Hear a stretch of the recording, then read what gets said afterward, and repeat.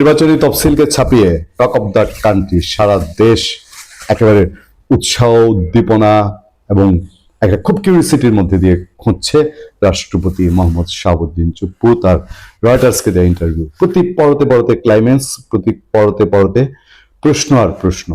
এবং রাষ্ট্রপতি মোহাম্মদ শাহাবুদ্দিন, এটা খুব রেয়ার কেস, আমাদের আমাদের জীবনে আমাদের মনে পড়ে না এর আগে মার্শালের সময় হয়েছে কিনা, বা রাষ্ট্রপতিদের মাধ্যমে যখন জরুরি অবস্থা জারি করা হয়েছে সেই সময়ও এ ধরনের কাণ্ড মানে এই ধরনের পরিস্থিতি দেখা যায়নি।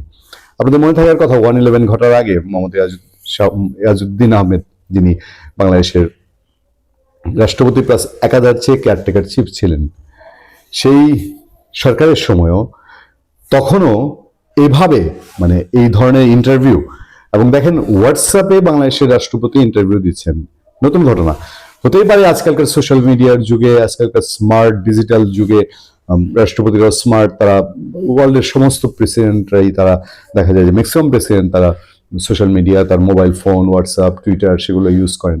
কিন্তু বাংলাদেশের ক্ষেত্রে এটার মধ্যে একটা ভিন্ন মাত্রিকতা আছে, যে তার প্রেস উইং থাকে তার। আর এই সময়ে যখন বলা হয় যে বাংলাদেশের রাষ্ট্রপতি কি উনি একরকম গৃহবন্দী অবস্থায় কিনা, তখন তিনি দেশের বাইরে এবং সারা পৃথিবীর মিডিয়া মোড়লদের মধ্যে একটা রয়টার্সকে তিনি ইন্টারভিউ দিয়েছেন, এবং সেটি হোয়াটসঅ্যাপে দিয়েছেন। মানে তার সঙ্গে শুধুমাত্র পার্সোনালি কথা হচ্ছে, এবং সেই জায়গায় বেশ কিছু স্পর্শকাতর প্রশ্নে রাষ্ট্রপতি মোহাম্মদ শাহাবুদ্দিন আহমেদ তিনি পাশ কাটিয়ে গেছেন। কোন বিষয়ে সেটুকু আমরা আলাপ করব।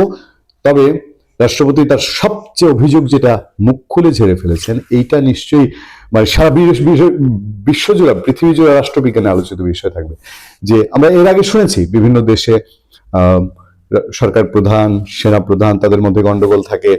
তারপর পাকিস্তানে এরকম অ্যাভেলেবেল হয়েছে, পাকিস্তানের প্রধানমন্ত্রীর সাথে সেনা প্রধানের মিলে না, সেনাবাহিনীর মিলে না, বা রাষ্ট্রপতির সাথে রাষ্ট্রপ্রধান, সরকার প্রধান দুইজনের মধ্যে একটা দূরত্বের বিষয় থাকে। আমরা যেটা বাংলাদেশে এর আগে বিএনপির 4 দলীয় জোট সরকারের সময় আমরা দেখেছি, রাষ্ট্রপতি একিউএম বদরুদ্দোজা চৌধুরীর ক্ষেত্রে বিএনপি গভর্নমেন্টের দূরত্ব তৈরি হয়েছিল, একটা টান উত্তেজনার মধ্যে দিয়ে বি চৌধুরীকে বিদায় নিতে হয়েছে। বর্তমান শাহাবুদ্দিন আহমেদ রাষ্ট্রপতি, তাকে সরিয়ে দেওয়ার জন্য এই সরকারেরই, ডক্টর ইউনূস সরকারের স্নেহধন্যরা বা তার আশীর্বাদ পুষ্টরা, অথবা এই সরকারে যাদেরকে পছন্দ করে, সেই এনসিপি বলেন, বৈষম্য বিরোধী ছাত্র আন্দোলন বলেন, এবং তাদের লেজফেজ আরো যেসব রাজনৈতিক দল আছে, তারা সবাই এই রাষ্ট্রপতিকে চায় না। মুখ ফুটে বাংলাদেশে রাষ্ট্রপতি পদে থাকা মানুষটিকে চুপ্পুই করেছে, চুপ্পুসেই করেছে, পদটা ভুলে গেছেন সেরকম ভাবে প্রধান উপদেষ্টা ডক্টর মোহাম্মদ ইউনূস। তিনিও সেই পদের মর্যাদা দেননি বলেই তিনি হয়তো 7 মাস তার সঙ্গে দেখা করেন না। রাষ্ট্রীয় কোনো অনুষ্ঠানে তাদের দুজনকে পাশাপাশি দেখা যায় না, যেটা রেওয়াজ আমাদের দেশে। এই সময়ে এই কাঁপন ধরানো, ঝাঁজ জাগানো রাষ্ট্রপতি মোহাম্মদ শাহাবুদ্দিন চুপ্পুর ইন্টারভিউ, সেই ইন্টারভিউর প্রতি পরতেই গবেষণা করার মতন। অন্তর্বর্তী সরকারের প্রধান নোবেলজয়ী মোহাম্মদ ইউনূসের কাছে অপমানিত বোধ করায় চলতি মেয়াদের মাঝামাঝি সময় পদত্যাগের পরিকল্পনা করছেন রাষ্ট্রপতি মোহাম্মদ শাহাবুদ্দিন। মানে এই যে অপমানিত কথাটা তিনি ইউজ করেছেন, তিনি এর আগেও কিন্তু ইউজ করেছেন। তিনি তখন আর ডক্টর ইউনূসের কাছে বলেননি, তিনি তার ছবি যখন সরিয়ে নেওয়া হয়েছে তখন আমরাও আলোচনা করেছি, তিনি পররাষ্ট্র মন্ত্রণালয়ে তার মনোকষ্ট, এবং সেই চিঠির ল্যাঙ্গুয়েজও ছিল একটা মনোবেদনায় ভরা একটা মানুষের, তিনি সেসব জানিয়েছিলেন। কিন্তু এইবার তিনি যে অপমানিত বোধ করেছেন, এখন এই অপমানিত কি ব্যক্তি শাহাবুদ্দিন চুপ্পুর নাকি আমাদের রাষ্ট্রপতির? সারা ওয়ার্ল্ড কি জানবে যে এই দেশের রাষ্ট্রপ্রধান সরকার প্রধানরে অপমান করে?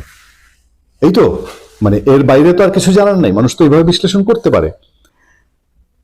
চেয়েছিলেন, তারপর বলা হচ্ছে যে পদত্যাগের পরিকল্পনা করেছেন রাষ্ট্রপতি মোহাম্মদ শাহাবুদ্দিন। ফেব্রুয়ারিতে সংসদ নির্বাচন হওয়ার পরই তিনি সরে যেতে চান বলে বৃহস্পতিবার ব্রিটিশ বার্তা সংস্থা রয়টার্সে প্রকাশিত সাক্ষাৎকারে উল্লেখ করেছেন। এই জায়গাটা একটু ভিন্ন মত আছে, কারণ বাংলাদেশে রাষ্ট্রপতি শাহাবুদ্দিন আহমেদ তিনি ধরেন এর পরে এখন যে ইলেকশনটা হওয়ার কথা, ফেব্রুয়ারিতে যে ইলেকশন হওয়ার কথা, সেই ইলেকশনে বিএনপি, জামাতে ইসলামী, তাদের কথাই তো শোনা যায় তারা কেউ ক্ষমতায় আসলেন।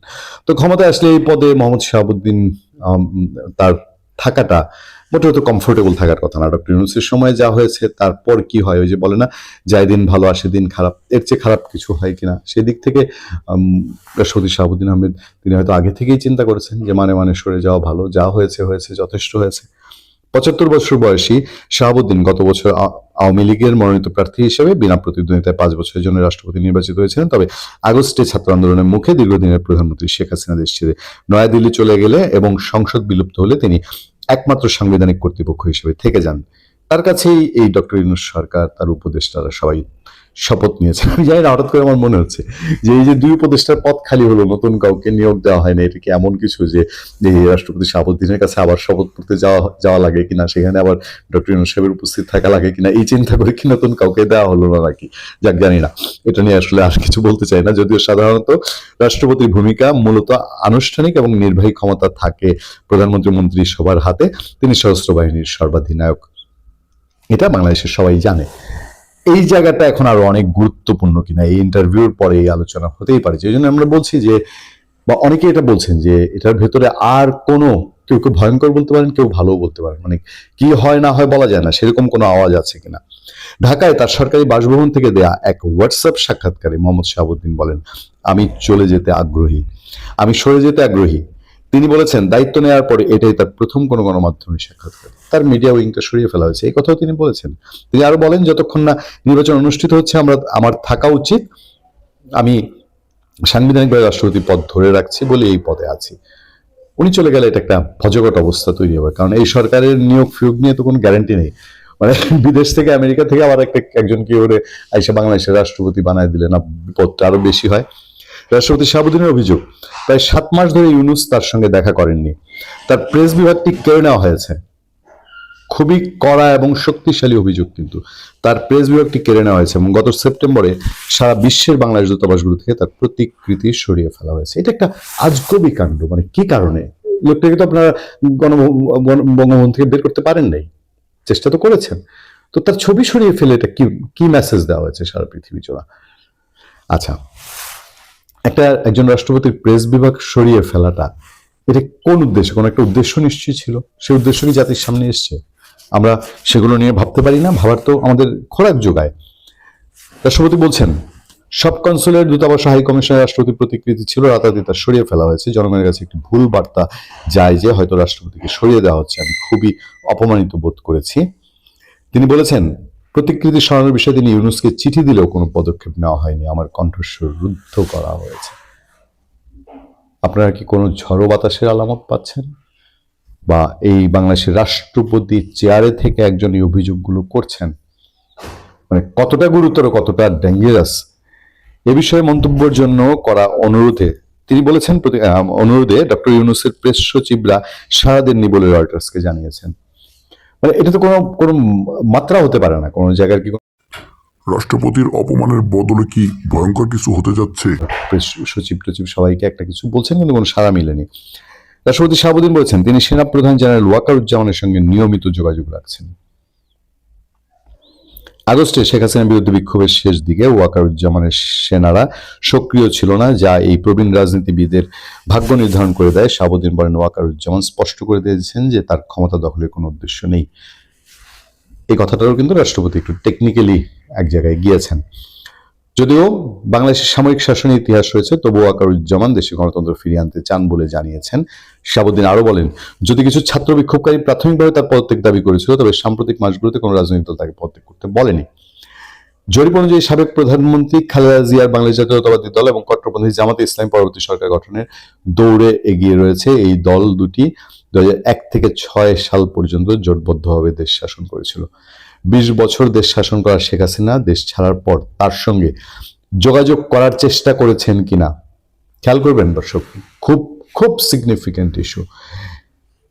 20 বছর দেশ শাসন করা শেখ হাসিনা, 20 বছর বোধহয় তার এর আগের টার্ম মিলিয়ে বলা হয়েছে, 96 এর শাসন আমল মিলিয়ে বলা হয়েছে যে দেশ শাসন করা শেখ হাসিনা দেশ ছাড়ার পর তার সঙ্গে, মানে শেখ হাসিনার সাথে রাষ্ট্রপতি শাহাবুদ্দিনের যোগাযোগের চেষ্টা করেছেন কিনা জানতে চাইলে শাহাবুদ্দিন উত্তর দিতে অস্বীকৃতি জানান। আক্কেল মানকে দিয়ে ইশারাই কাফি। নীরবতা সম্মতির লক্ষণ। তিনি বলেন, রাষ্ট্রপতি হওয়ার পর থেকে তিনি স্বাধীন এবং কোনো দলের সঙ্গে তার আর সংশ্লিষ্টতা নেই।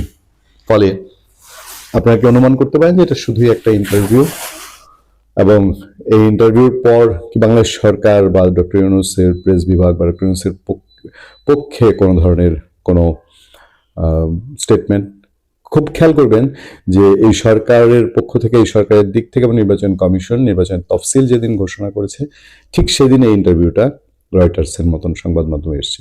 ফলে এর সাথে অনেক কিছু চিন্তা করাটা খুব গুরুত্বপূর্ণ হয়ে ওঠে কিনা সামনের দিনগুলোতে।